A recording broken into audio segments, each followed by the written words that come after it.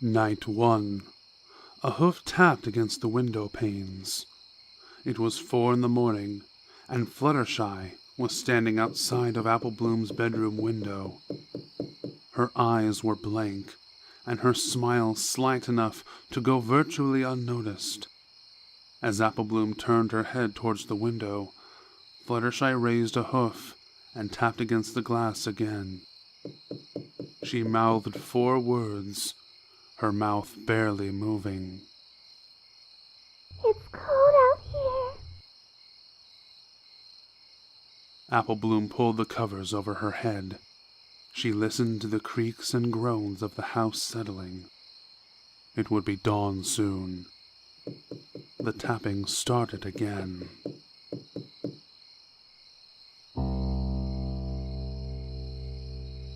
Night 2. Fluttershy was standing outside of the window again. Her eyes didn't look quite right, but Applebloom would have been at a loss if asked to describe how. The dark red stain across the left of Fluttershy's face contrasted harshly with her normally bright fur. She again tapped on the glass, again mouthing those 4 words. It's cold out here. It was not cold. If anything, it was an unusually warm spring night. Applebloom pulled the covers up to her muzzle. A part of her wanted to open the window and let Fluttershy in. Yet there was that whisper at the back of her young mind. No, Some part of Applebloom's brain said. do not open the window. So she merely sat there, staring into Fluttershy's slightly off eyes. Sleep seemed a remote possibility, but eventually it came. Applebloom dozed off just as the tapping stopped. Night 3. That night, Applebloom dreamed of toys. Not merely toys in general, but familiar plush or wooden faces from her childhood. She saw the wooden dolls Granny Smith had given her. The hand-me-downs from Big Macintosh and Applejack were also there. Although they looked dingier than Applebloom remembered, she found herself digging through what seemed to be an unending pile of toys. What am I looking for? Applebloom wondered. Applebloom decided a minute later it must be King Paws, her favorite teddy bear. She remembered loving him immensely when she was a foal. But why couldn't she find him? Surely he must be somewhere. Surely this relic of Applebloom's foalhood was not so easily buried. But King Paws hadn't been buried. Had he? He had gone missing. He had vanished from her life one spring night.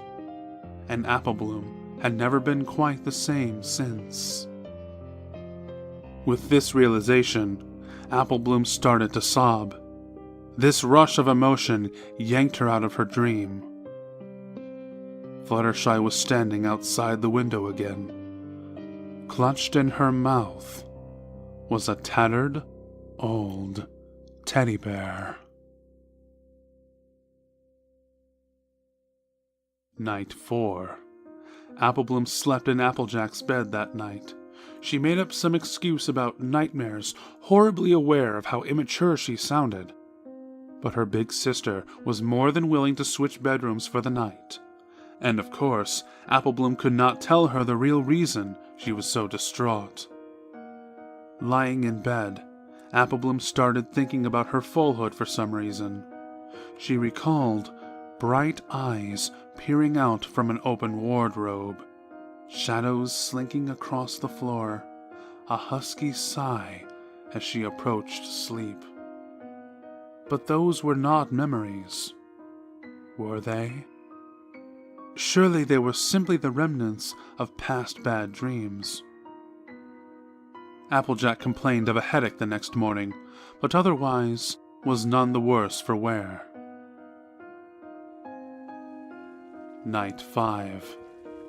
Applebloom was alone in the house. Her siblings and grandmother had left the premises, the former due to a last-minute order, and the latter due to some business with a distant relative. They would not be back until late the next day. Prior to bed, Applebloom locked all the doors and windows in the house. She made a bed for herself on the living room couch, and as one final precaution, Applebloom took an old garden hoe from the barn. She laid it next to her makeshift bed within Hoof's reach. It was raining outside. Applebloom listened to the raindrops splattering against the roof as she dozed off. Occasionally, she was convinced she heard something else.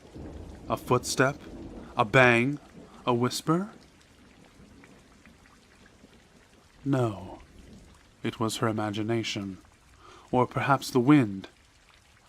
Applebloom snuggled deeper under the blanket.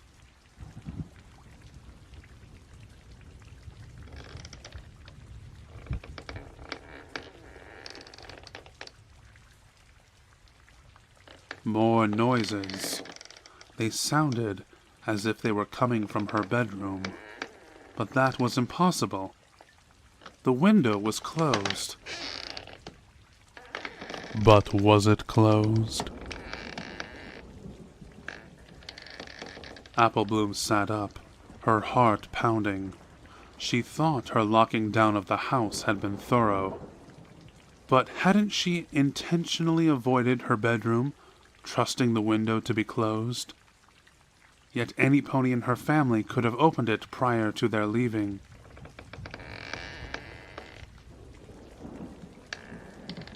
Even more noises, banging, and perhaps footsteps. And Applebloom was now certain they were coming from her room. She clutched the blanket, quivering. What was she going to do? Investigate? Flee? But what if it really was her imagination, and the window was firmly shut? If so, stepping out of the house might put her in more danger. Applebloom threw off the blanket and dropped to the floor. She had to know. Perhaps she was trotting to her own death. But it was better than simply waiting for some unknown horror to grab her.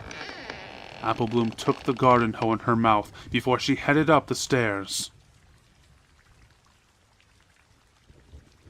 The house was silent, but Applebloom was not fooled. She approached her bedroom with caution.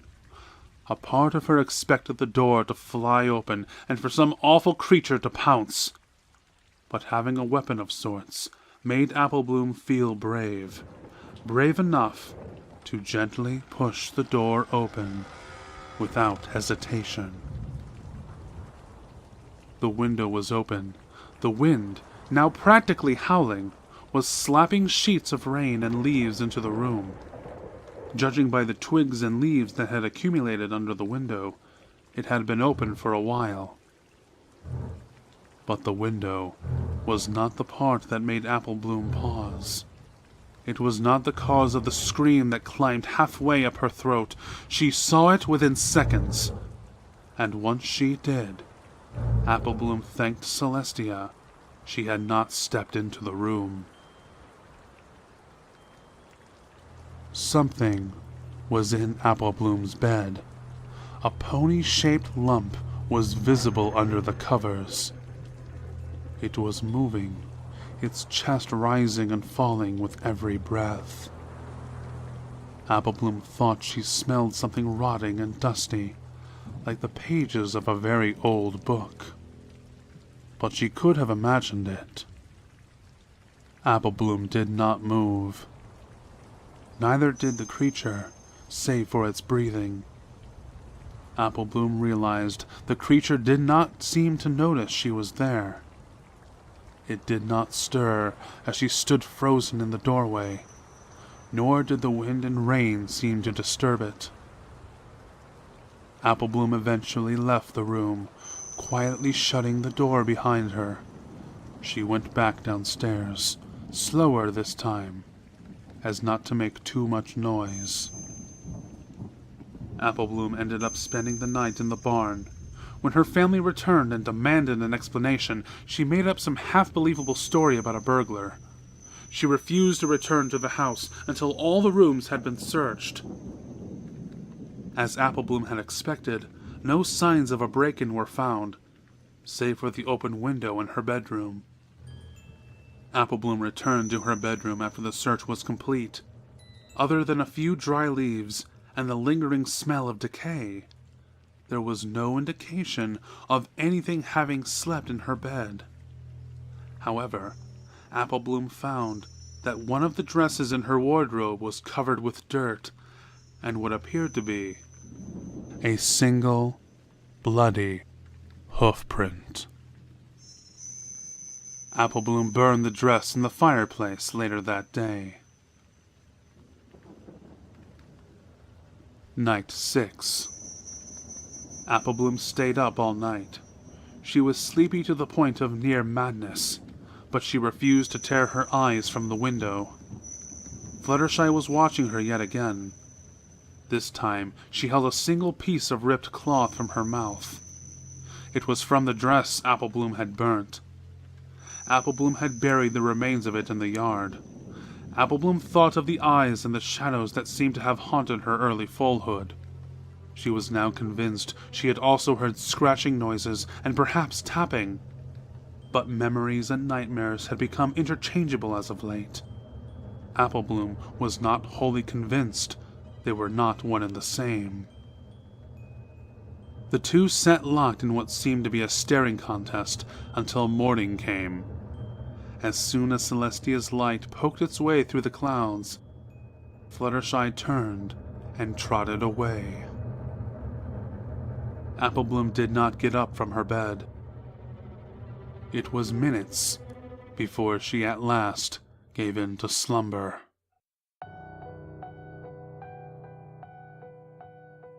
Night 7. Applejack had found the remains of the dress and demanded to know why Applebloom was burning her clothes. She also asked Applebloom about her apparent sleeping troubles and her hostility towards Fluttershy. Applebloom confessed nothing. She made excuses that were far from plausible. Applebloom did not care if her sister was satisfied or not. A part of her hoped Applejack would send her away, perhaps to a relative's house. At least, Applebloom would be far away from this nightmare if that happened. But Applejack had not sent her away. Applebloom was certain Applejack was consulting Big Macintosh over the matter.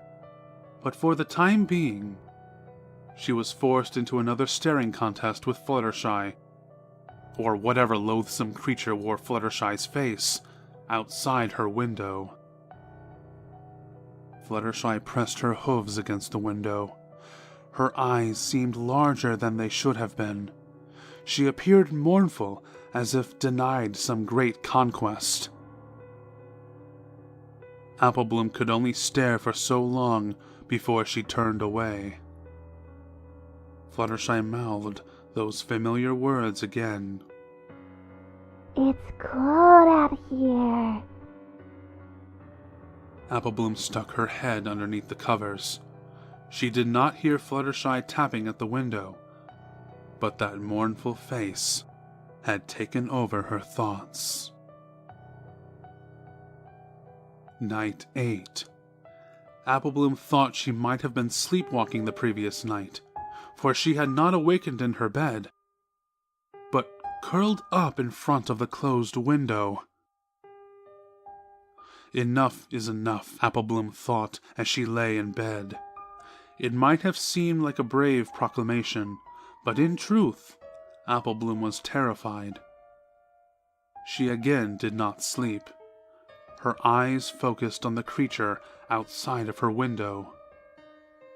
Fluttershy returned Applebloom's stare, smiling and licking her lips.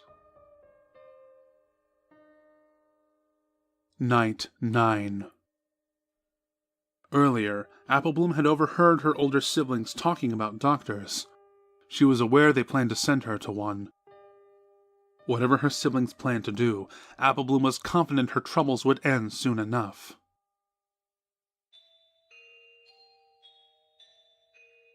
Applebloom opened her window that night. She waited until the sun had almost sunk below the trees before she did so. Her family had dozed off a little while ago. Confident she was the only sleepless soul in the house, Applebloom left her bedroom and went downstairs. In the kitchen, Applebloom procured an old gas lamp. She also took the sharpest kitchen knife she could find from the drawer, far more useful than the garden hoe she'd chosen last time. But in this case, the purpose was not mere defense. Applebloom waited until darkness had truly fallen. Then she crept back to her room, the gas lamp held precariously in one hoof, and the knife handle in her mouth.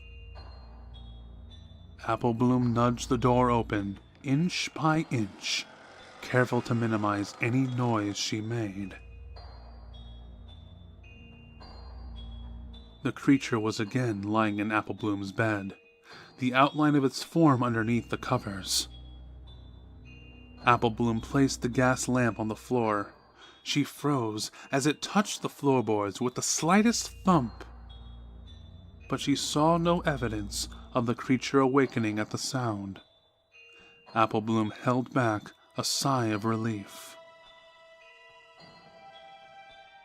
Applebloom waited a few more minutes to ascertain that the thing was asleep. She then approached the bed, knife still clutched tightly in her mouth. She was shaking, but she refused to hesitate in this moment of action. Applebloom reached the side of the bed and gently pressed both hooves against it. She eased herself up, carefully pulling herself onto the bed next to the creature. And then the creature moved. It was only a slight shift, as if it was trying to get comfortable. But it was enough to completely destroy Applebloom's nerve. Applebloom dropped the knife, a squeak of terror flying out of her mouth. She pressed both hooves against her mouth. But it was far too late. The creature seemed to sense Applebloom was near. It moved in one swift, jerky motion, arching its back and bending its head in a way no normal pony could have managed. The creature gave a long growl, its body appearing to convulse as it threw the covers from it. Applebloom screamed, leaping from the bed. The creature leaped from the bed as well, moving in a way similar to a spider. It still resembled Fluttershy, but its neck was bent at an unnatural angle as if broken, bent to one side and upside down. It regarded Applebloom with its upside-down grin, a grin extending far past what should have been possible. Its tongue hung limply from one side of its mouth, like that of an excited dog. It was panting in eagerness. Applejack rushed into the room, a gas lamp in her hoof. What in the hay is going on? Applejack said breathlessly. But Applebloom could only whimper, pointing a hoof at the creature that now stood in silent triumph near the window. Applejack's eyes widened with bemusement and horror. What in darnation? The creature moved its neck again, adjusting its head to a more normal position. Its face no longer even vaguely resembled Fluttershy. Instead, it had morphed into some twisted mockery of the shy pony's face. The mouth stretched even farther, the pupils smaller than pinpricks. It was breathing heavily, a tongue at least a foot long hanging from its gaping maw. Applejack threw the gas lamp at the creature. It shattered upon impact, setting the vile thing on fire. All at once, the creature's twisted face rearranged itself. It now became a more accurate representation of Fluttershy. The flames started to engulf it immediately. A scent not unlike that of sulfur rose as patches of its fur hastily burned away. The creature objected loudly, alternating between screams eerily similar to those of Fluttershy and deep screeches not unlike that of a tortured bird. The fur and flesh burned away at an unnatural rate, the screams and screeches continuing long after they should have ended. The last to surrender to the inferno was the light pink mane. After a few moments, all that remained was a charred skeleton.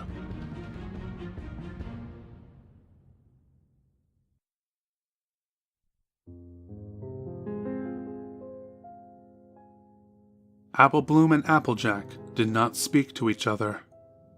Neither spoke a word of the incident, even after Applejack had buried the body in a secluded part of the farm. In fact, they both took the secret to their graves. Applebloom never again slept with her window open, even on particularly hot nights. Eventually, she was able to resume regular interaction with the real Fluttershy, although it took months before she could look her in the eye. And for a while after that, Applebloom would shudder every time Fluttershy smiled. The creature's smile would haunt her for the remainder of her days. Occasionally, on nights when it was particularly cold and the wind is close to howling, Applebloom will swear she hears a tapping at her window, but she never gets up to check. She merely snuggles deeper under her covers, willing herself to enter dreamland quicker. But it is a little harder to ignore the voice. It whispers to her, seemingly inches away from her ear. It sounds very much like Fluttershy. It's cold down